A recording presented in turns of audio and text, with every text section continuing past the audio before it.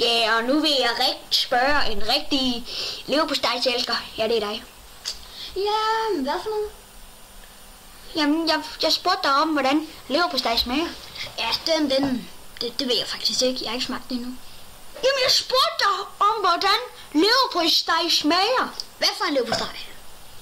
Den du lige smagte før. Nå, hvad er det for en, jeg smagte af lige en torsk?